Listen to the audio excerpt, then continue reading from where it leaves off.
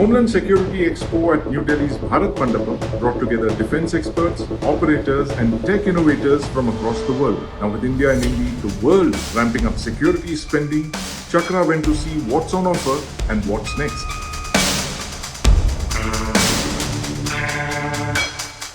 Hi, this is me, Sandeep Unnithan at the International Police Expo and Homeland Security Exhibition here in the Bharat Mandapam in New Delhi. And I have with me my friend Vivek Krishnan, who's the CEO of SSS Defence. It's one of the most amazing defense startups in the small arms space. And I have something very interesting here that Vivek is displaying here for the first time in Delhi. Vivek, I still haven't recovered from this. Tell me what I'm holding in my hand. Well, I think that's one of the most beautiful things you will actually hold in the course of today. Right. Right. That's what we worked on for the last 6 months. Right. As you know, we have the M72, which is chambered for the 5.56. Yes.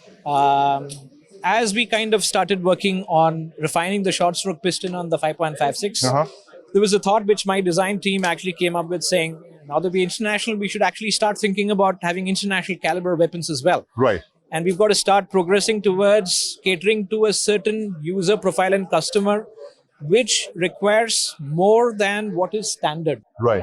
Which is where the idea of the 300 Blackout came in. This is a 300 Blackout That's round. a 300 Blackout. What do you call it? It's called the Raptor. The Raptor. Right. Jurassic Park fans take note. Vivek is out with the Raptor. Again, I don't think I had any choice as far as nomenclature was concerned. This was something that was, I think, on a random basis, decided upon during the course of one of those late night firing sessions that we had. Right. It's lean, it's lethal, it's light. Can be a beast. It can be a beast, exactly. So, who are going to be the users of this Blackout round? Why one more round? Explain to me. Again, people kind of come back and then say, why do you need to add one more caliber? And my point is this. My point is horses for courses. Horses. Right? Horses. Okay. You cannot have a force which is dependent upon one single caliber. Well, I mean, with exceptions. I mean, you have the Russians who will use a 5.45 by 39 and the 7.62 by 39. Right. But they also have a lot of other calibers which you don't generally know about. So this is a niche caliber. Exactly. Right. So you can have a lot of the basic stock calibers and you can have a lot of the niche calibers and variants within that caliber. Right. Because it is generally accepted that a lot of the special forces and the kind of operations which those guys engage in will require the use of more than one single weapon. Right. It might require the use of more than one single weapon within a squad as well. So you could have one squad which goes in with, say, a 5.56, but also goes in with a 9x19 sidearm, also goes in with a 9x19 submachine gun. Right. And then you have one guy who goes in with a designated marksman rifle. Right. It's standard operating procedure. And then you have one area weapon as well. Right. So if you can afford to have that kind of an operating pattern, I believed here that we should not be restricted by what is already in the inventory. I believe that we should start looking at weapon systems which might have a larger international acceptance. Right. So this is more of a made in India, made for the world kind of made caliber. In India, made for the world. Right. The interesting thing about the 300 Blackout. It's 7.62. It's 7.62 by 35. 35. Right. In fact, that magazine that you see in there is a 5.56 by 45 magazine, but works perfectly with the 7.62 by 35. It's a 5.56 by 45, but because the 5.56 35 magazine accepts the 7.62 by 35 round. Right. Amazing. Right. Just look at that. Yes, you need to make some changes to the magazine but then once that is done, then it accepts the 5.56. So who are the users of this Blackout weapon, the Raptor, going to be? I can tell you who the users of the 300 Blackout in the military and the law enforcement domain today are. Right. The Delta forces use them. They use a weapon made by SIG SIG. You have some European armed forces and again SWAT teams.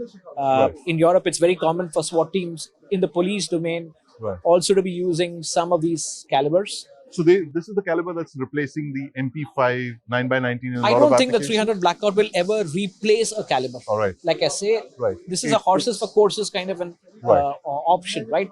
You would not want a 9x19 to be replaced by a 7.62 by 35 or the 300 Blackout.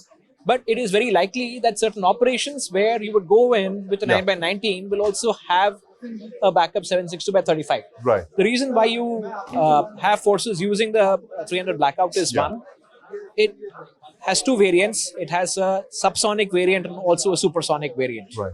Number two, it is very amenable to be suppressed. Right. Which means that it can be a very quiet weapon. Right. So I was going to ask you about the suppressor on this. This is like, it's a 4-inch suppressor. Is it your own? This entire thing is our own, including the suppressor. We've integrally suppressed this weapon. Right. See, the objective would be to make it good for special forces use. Yes. So you go in with a fully suppressed weapon as against buying an unsuppressed weapon and then thereafter, add on a suppressor. Right. Then you're worried about whether ballistics work fine with That's someone right. else's suppressor and so on and so So forth. this whole thing has been designed from the scratch to have a suppressor. It has been integrated designed into the design. with the suppressor. Yeah, right? it's an And interesting point there, Vivek, because my friends in the NSG who I've interviewed for my book, Black Tornado, were telling me about operating in this in the Taj, in the hotels, is that after a point they couldn't make out who was firing what, and there was this the rounds inside were deafening. They didn't have ear defenders, they didn't have suppressors. So, like you said, the next time there is a counter-terrorist operation inside confined spaces, this will really help our security. this is another forces. important part. Right. You use a 5.56 round Yeah. on a 5.56 weapon, which is a lighter weapon. But a high caliber. Right. Yeah. High velocity round. It's a high velocity round. Right. So problem with that round is that the lightness of the bullet and also the muzzle velocity that you have in there causes ricochets. Right. So room right. interventions become very difficult Yes. with the 5.56. There have Right. been multiple instances where you have, shots of your own team members injuring your team members as well. Right. The round in this particular instance is a heavier round than the Right. 5.56, which is Right. why I'm saying that you can have a subsonic variant, Yes. right? And that prevents ricochets, Right. limits collateral damage which might happen to your own people going in. Right. Third, very quiet. Yeah. Fourth, if you've noticed this, even with the suppressor, Yes. you don't have a very long weapon. Right. So without the suppressor, it is a Right. very short weapon. The 5.56 actually requires a longer length to Yes. be able to get you that level of performance. Right. It's a bullet which is got high muzzle velocity and it is not as heavy. The 300 Blackout is a heavier round, Right. and you have a little more of the of what I would call the punch when it comes to terminal ballistics. Right. In a 300 Blackout. So it's got all the jury advantages. is out, but then Yeah. yes, it's got good terminal ballistics. Let me Right. put it that way. Good terminal ballistics. So it has the advantages of the 7.62-39 and none of the disadvantages of the 5.56 by 45. I mean, it's when you say it that way around, there'll be a lot of people who will get offended tomorrow because there is one group of people who love the 5.56 who will never walk away from the 5.56. Right. And then you have that bunch of people who will say 5.56 is not good. The truth is somewhere in between. Right. The 5.56 has its own Yes. value. Yes. The 7.62-39 has its own value. Right. And somewhere for special operations. Right. Let me be very clear here. I Yes. wouldn't be the one trying to push this for infantry Right. operations. But course, SWAT it's a- teams, yeah. special operations Special guys, ops, yeah. works beautifully. And this is where the demand is outside. Right. Even outside of India, this would be a product that is aimed largely at special forces. In largely at special forces, absolutely. And give us an idea of the dimensions of this weapon. What am I looking at over here? I can see a monoblock receiver. I see a aluminum handguard here. What are the other features of this weapon So that there are make it some so parts different? of this which are patented, Right. where we file for the patents. Yes. The base, or rather the way it looks, is very Yeah. similar to the M72, Right. right? Which is another Operation- SSS Defence The operation product. is a Yes. short stroke piston, Right. right? We've just worked so much on the short stroke piston that we find it much easier Right. to do any development. Oh, that's unsafe. So Right.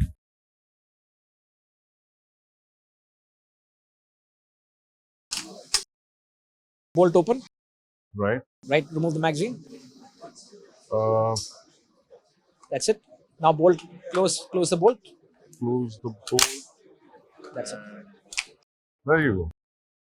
This is pretty much an M4. It's a compact M4 with a 7.62 when you say by M4, 30. when you say M4, Yes. it is a DI, which is a gas Right, operated. right. While this is piston operated. Right. So piston operated systems, closest one would be the HK416. So it's, I was going to ask you that, this is more like an HK416. Operating system is more like the HK416. Right. Right. Which it's is not used a gas by the operated. Deltas. Yeah. It's not exactly a gas operated system. Right. Gas operated systems would kind of have the gases coming in from the gas block going Yes. all the way into the bolt carrier to cycle it. Right. In this particular instance, it's just a short stroke of the piston. Yes. And then you have the bolt carrier moving backwards, Right. and a buffer tube in the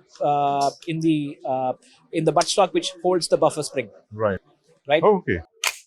Best of both worlds. But tell us where you are at with the test firing of this platform. Oh, we've done a lot of test firing on this one. Right. We'll also be making the ammunition on this one. Yes. The reason why we started developing in this case was more of a,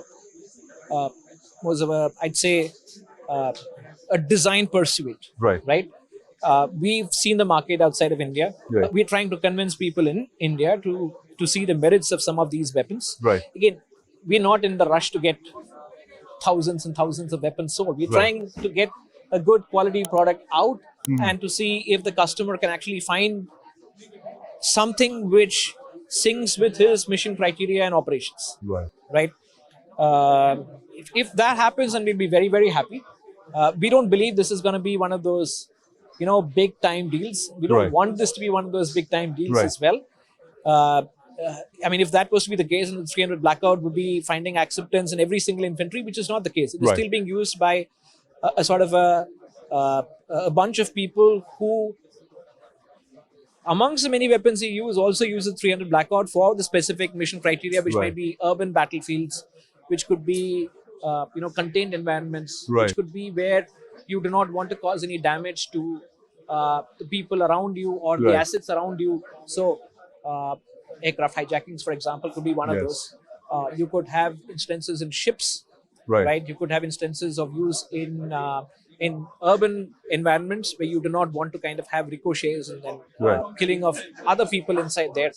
It's very easy to have those kind of kills as well, collateral damage. Right. So that's where we're coming in from in this particular case. Right. Absolutely. There you have it. Vivek Krishnan with his new beauty, the Blackout round fired by the Raptor, the latest carnivore from the SSS Defence stable. Thanks for watching. You say carnivore, right? Most of those weapons, almost every one of those weapons have been carnivores, but we've not named them all as carnivores.